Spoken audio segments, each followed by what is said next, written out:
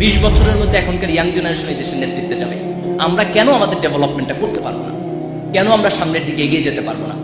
কেন করাপশনে আমাদের প্রত্যেকটা বছর চ্যাম্পিয়ন হতে হবে? কেন আমাদের একটা নষ্ট রাজনীতির কাছে বারবার হেরে যেতে হবে?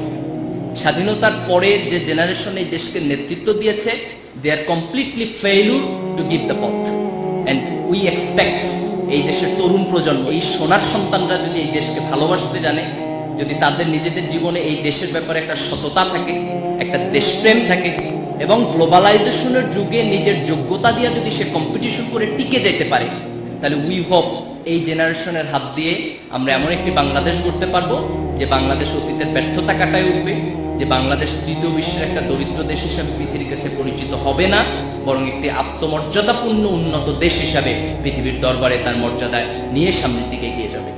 আমরা বিশ্বাস করি আগামী 20 years, after 20 years, this generation will be in the leadership of this country. 20 বছরের মধ্যে এখনকার ইয়াং জেনারেশন এই দেশের নেতৃত্বে যাবে।